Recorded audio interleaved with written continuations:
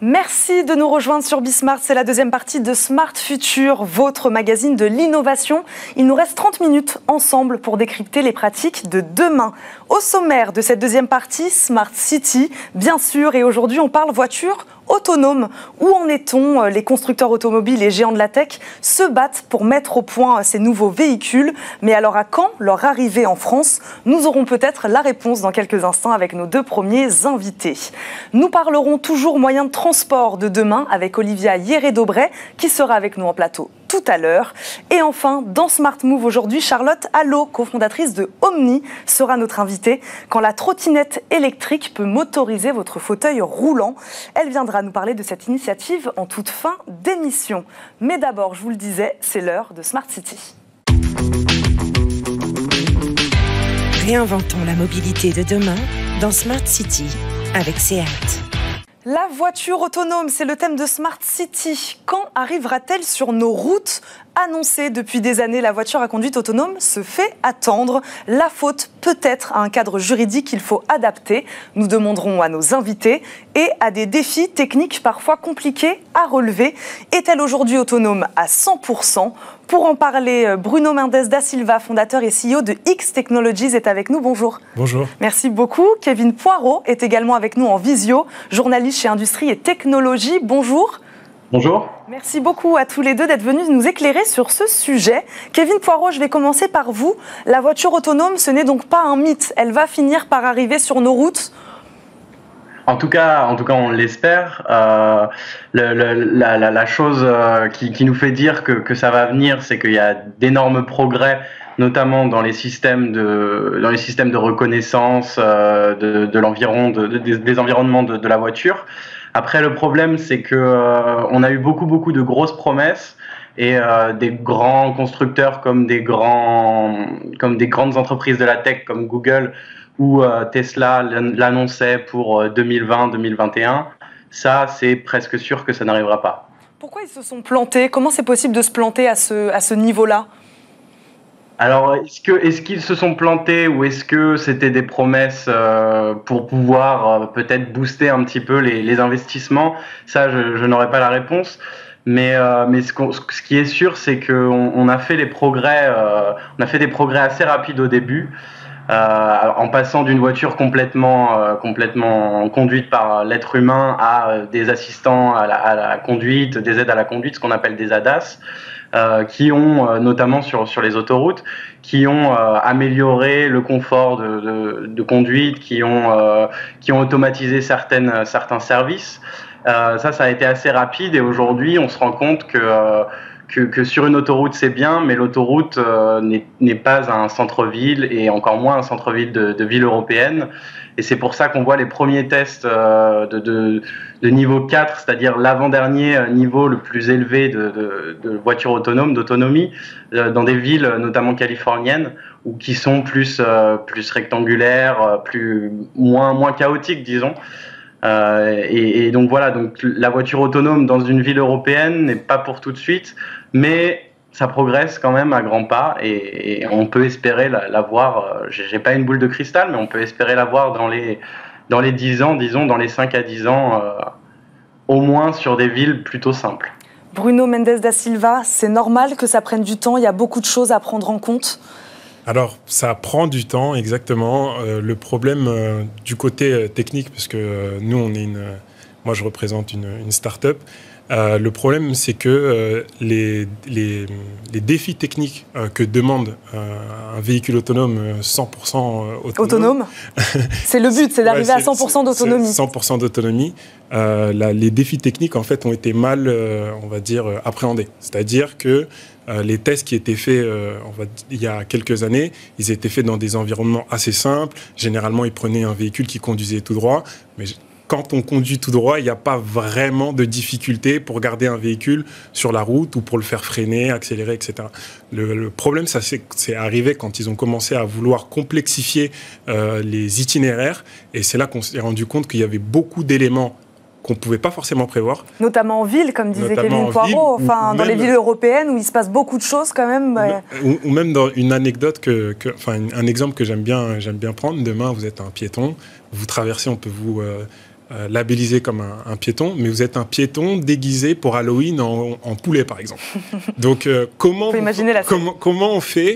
un ordinateur qui ne sait pas ce que c'est que le contexte qu'un piéton peut se déguiser peut reconnaître justement que quelqu'un en fait a mis un costume. Nous, en tant que être humain, en fait, on a cette connaissance-là, mais en fait, un ordinateur, si on ne lui a pas appris en amont certaines situations, il ne peut pas forcément les appréhender. Et c'est ce que vous faites chez X-Technologies, justement, appréhender toutes ces données qui sont des fois un peu donc originales. C'est ça. Donc en fait, nous, on les aide en fait à plus s'intéresser à ces cas, on va dire ces cas rares. En anglais, on les appelle les edge cases, et ça permet en fait de pouvoir concentrer l'apprentissage sur les points les plus critiques et moins sur de la conduite générale qui est tourner le volant à gauche, tourner le volant à droite, freiner, accélérer. Ça, on sait le faire en vrai depuis une vingtaine d'années. C'est pas super compliqué.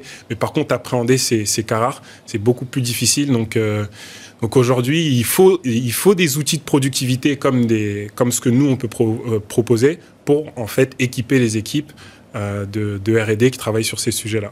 Kevin Poirot, vous êtes d'accord avec ça? Il y a un gros problème, en tout cas ce qui bloque aussi, c'est ce problème de données, de savoir gérer la donnée et toutes les données possibles. Oui, et il y en a beaucoup sur une route ou en tout cas en ville, il peut arriver beaucoup de choses.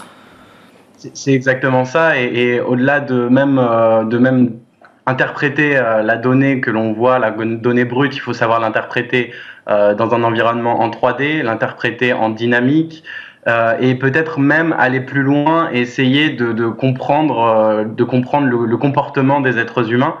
Je prends un autre exemple, l'exemple du poulet est très bon.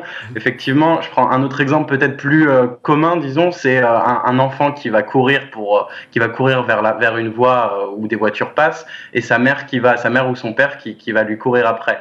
Il faut que le système de reconnaissance soit capable de comprendre que même si les deux êtres humains courent très vite, il y a de bonnes chances pour que le parent ne veuille pas aller courir vers les voitures, mais aille bien attraper son enfant et le protéger pour pas qu'il aille sur la route. Donc il y a encore, au-delà de ça, il y a encore comprendre aussi, comprendre les comportements humains et certaines startups, je pense à Perceptive Automata aux États-Unis, travaillent, mais il y en a d'autres, travaillent sur justement peut-être mixer de l'intelligence artificielle, du deep learning, de la reconnaissance d'images, ce qu'on sait assez bien faire en 2D et qu'on commence à savoir faire en 3D et en dynamique, avec peut-être des connaissances en neurosciences par exemple. C'est un des exemples, mais il y a beaucoup d'exemples comme ça où il faut pouvoir peut-être mixer la reconnaissance d'images qu'on commence à savoir de mieux en mieux faire avec d'autres techniques, d'autres technologies et d'autres savoir-faire. Ça laisse donc de la place à des entreprises comme vous, justement, pour aider ces grands groupes qui travaillent actuellement sur ces voitures autonomes. Il y a besoin d'une intelligence collective et de plein de choses. C'est ça. Donc c'est une industrie qui va forcément fonctionner s'il y a de la collaboration.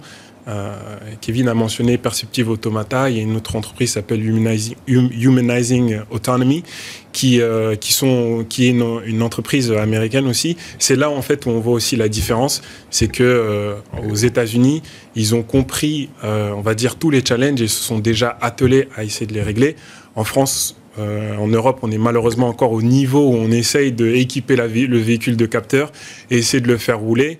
Quant aux États-Unis, ils ont déjà compris que ça, c'est une étape qui est assez franchissable et que derrière, il y a des subtilités techniques qui vont demander beaucoup plus d'acteurs spécialisés sur ces technologies-là. Ils en sont à l'étape supérieure. Ils en sont à l'étape supérieure. Et au final, Kevin le disait aussi, ils ont fait des annonces qui, pour le coup, étaient... Je pense pour booster aussi les investissements. C'est un peu comme Elon Musk qui passe son temps à tweeter pour dire on va faire ci, on va faire ça. Des annonces un peu ambitieuses, voilà, mais, et au final, qui font le buzz. Voilà, mais qui font le buzz. Les investisseurs sur les marchés financiers, ils sont friands de ces annonces parce qu'ils se disent bon, si on parie maintenant sur l'arrivée de cette technologie-là, on va peut-être être en avance et gagner beaucoup plus d'argent. Et c'est ça en fait que les Américains ils ont en plus. En Europe, on a une culture un peu plus conservatrice de la sécurité. On se dit, on va pas annoncer des choses qu'on sait pas forcément faire. On va élaborer, on va discuter, on va débattre, on va mettre des lois pour éviter que demain, il n'y ait pas de problème. Alors, on n'a pas d'accident de véhicule autonome en France, mais le problème, c'est qu'on n'a pas non plus d'innovation conséquente. Donc, est-ce qu'aujourd'hui, les entreprises européennes qui vont utiliser ces technologies vont les acheter chez les Américains?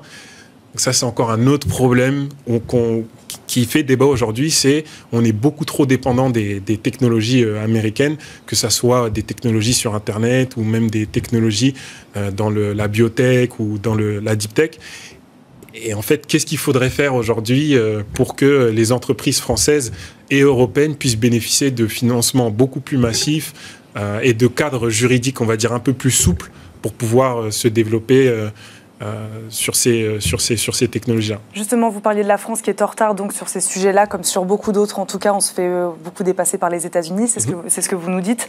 Il y a un problème de législation en France. Ça prend plus de temps, le cadre juridique. Vous parliez de sécurité. C'est le mot. On veut que ce véhicule soit sécurisé. C'est, je pense, que ce qui fait peur aussi à l'opinion publique. Un véhicule qui est conduit par personne, il faut qu'on soit sûr, qu'on soit 100% sécure à l'intérieur. C'est ça. Et en France, ça nous fait plus peur qu'aux États-Unis. Pourquoi ? Aux États-Unis, ils ont la culture, on va dire, de l'innovation, parce que c'est un jeune pays. Eux, ils veulent faire avancer leur pays coûte que coûte pour rester la première puissance mondiale. En Europe, on est des pays beaucoup plus vieux. On a beaucoup plus d'assurance sur notre capacité à faire fonctionner nos pays. Et le problème, c'est que, du coup, en termes législatifs, on prend beaucoup plus de temps à faire avancer les choses. Nous, on a la convention de Vienne qui régit, on va dire, le cadre automobile en disant qu'il faut un conducteur derrière un volant pour qu'on puisse faire rouler un véhicule. Et il faut mettre, on va dire, un avenant à cette convention en disant, voilà, on peut faire rouler des véhicules sans conducteur. C'est ce qu'on a essayé de faire, c'est ce qu'ont essayé de faire l'ONU quand au début de cette année, où ils ont mis un cadre un peu plus souple sur l'expérimentation des véhicules sans chauffeur, en passant de 10 km/h à 60, mais dans un cadre qui est tellement restrictif que c'est des situations beaucoup trop précises pour qu'on puisse vraiment étaler la technologie sur ces situations. Donc après, il y a Emmanuel Macron qui, en 2018, a demandé un rapport à Anne-Marie Hydra, qui était l'ancienne PDG de la SNCF, RATP, etc., sur où est-ce qu'on en est dans le véhicule autonome. Donc le rapport, il devait arriver cet automne. On l'attend toujours, mais c'est un rapport qui devrait aider, en tout cas, le gouvernement français à pousser au niveau de l'Europe et au niveau de la législation française un cadre un peu plus favorable pour faire émerger cette technologie, parce qu'on a des constructeurs français qui ont besoin aussi de avancer au niveau technologique. Et Kevin Poirot, avec un président de la République à la tête de la Startup Nation, ou en tout cas on sait qu'il pousse beaucoup ces projets très tech, on peut espérer en effet, comme disait Bruno Mendes da Silva, que ça va arriver. Voilà, avec Emmanuel Macron, ça peut aller vite. On peut l'espérer en effet, mais je voulais aussi rajouter que peut-être un petit cocorico, il y a quand même eu un domaine, en tout cas dans le véhicule autonome, où l'Europe et particulièrement la France est très bien placée. C'est peut-être pas dans le véhicule totalement autonome, mais en tout cas sur toutes les transports publics autonomes, les navettes autonomes. Là, on est très bien placé, et je pense qu'on a des acteurs en France que le monde nous envie. Je pense à Navia et EasyMile notamment, qui sont constructeurs de navettes autonomes, mais on a aussi beaucoup d'opérateurs de transport. Navia a notamment annoncé cette année 2020 la première navette entièrement autonome à Châteauroux. Et c'est peut-être aussi là que le véhicule autonome va se développer, c'est-à-dire peut-être que on fait les recherches pour un véhicule entièrement autonome. Les chercheurs travaillent dans leur coin en R&D, etc., en espérant qu'ils aient les financements effectivement. Et on peut y aller peut-être étape par étape avec par exemple du valet de parking, avec en France Valeo qui travaille sur ce type de cas d'usage, avec des voitures qui pourraient entrer dans les parkings et se garer entièrement toutes seules, des navettes autonomes, peut-être aller plus loin dans l'autoroute. La France, en tout cas, a une carte à jouer sur la mobilité, pas forcément sur la voiture autonome, comme les États-Unis sont en tout cas un peu en avance là-dessus, mais elle a une carte à jouer sur les autres formes de mobilité autonome. C'est ce que vous dites, Kevin Poirot. Tout à fait, je pense qu'elle a une carte à jouer et qu'elle pourrait même être, la France pourrait être le leader mondial là-dedans, dans ce domaine-là, à l'avenir. Il nous reste quelques minutes, Bruno Mendes da Silva. Est-ce qu'on peut dire alors à quel niveau elle est autonome aujourd'hui, la voiture autonome? On n'est pas à 100%. Est-ce qu'on a un pourcentage? Est-ce qu'on peut expliquer où en est-on?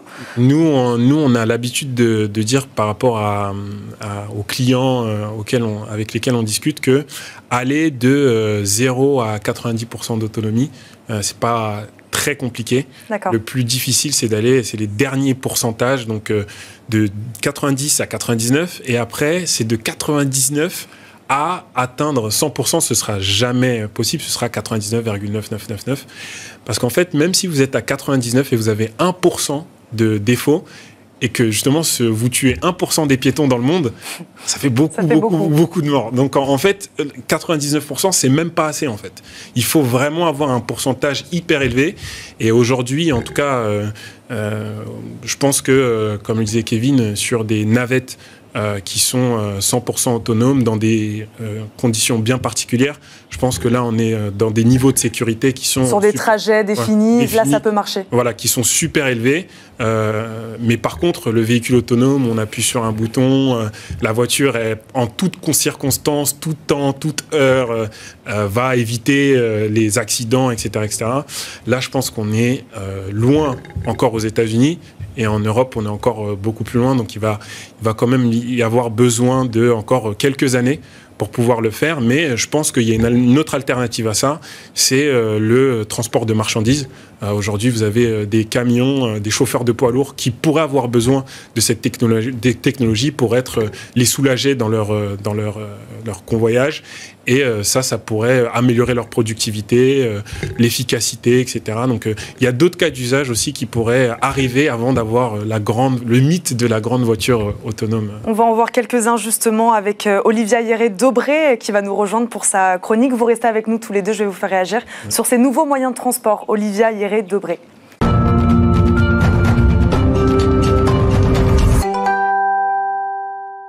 On continue à parler innovation dans le domaine du transport. Comment nous déplacerons-nous demain?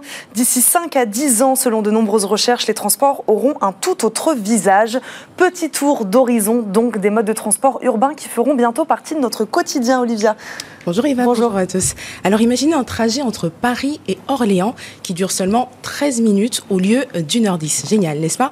Eh bien, c'est le projet français Space Train qui fera voyager ses passagers à des pointes de vitesse à 720 km/h, soit 400 km/h de plus que le TGV et sans conducteur. Space Train s'inspire en fait de l'aérotrain des années 70, un train sans roues propulsé sur un rail par une hélice abandonnée au profit du TGV.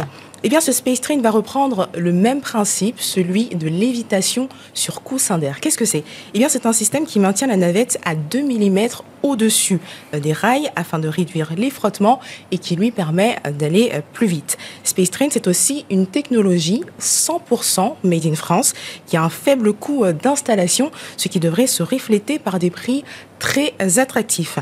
En plus, il n'émettra pas de CO2 car il fonctionnera grâce à des turbines à hydrogène.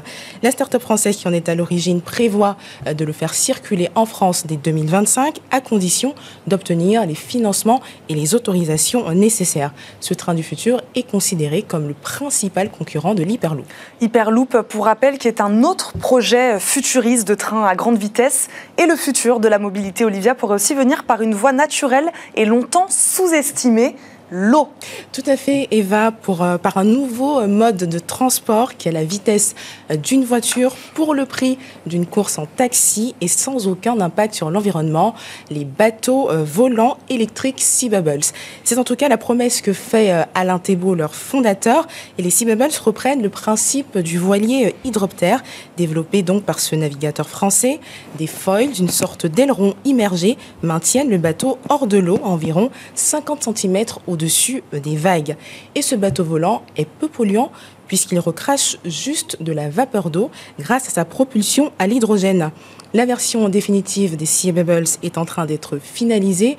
La production devrait commencer en janvier 2021. 9 Sea Bubbles, vendus autour de 250 000 € la pièce, ont déjà été commandés par des métropoles.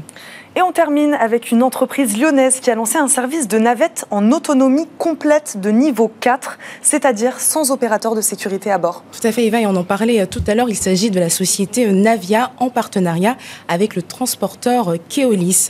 Ce service de navettes autonomes circule au sein du Centre national de tir sportif de Châteauroux depuis cet été. Il permet aux athlètes et aux visiteurs d'effectuer leur déplacement du parking à l'accueil. Le parcours fait 1,5 km et s'effectue à une vitesse maximale de 18 km/h. C'est un parcours prédéfini avec une supervision débarquée qui peut en fait reprendre le contrôle du véhicule en temps réel si besoin. Et dans le futur, il est prévu que cette navette évolue sur une route à voies multiples et des carrefours à feu connecté. Merci beaucoup, Olivia Hierret-Dobré. Une petite réaction, Bruno Mendes da Silva.